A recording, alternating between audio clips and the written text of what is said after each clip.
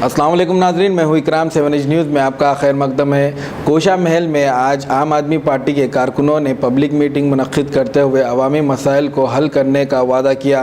यहाँ पर कन्वीनर घोषित किया गया है और इनके साथ यहाँ पर 50 से 55 आदमी आम आदमी पार्टी में गोशा महल डिवीज़न में ज्वाइन हुआ और यहाँ के मसाइल को हल करने के लिए ये पब्लिक मीटिंग यहाँ पर की जा रही है। आम आदमी पार्टी रोज़ाना कुछ ना कुछ पब्लिक के डिमांड्स को फुलफ़िल कर रही है।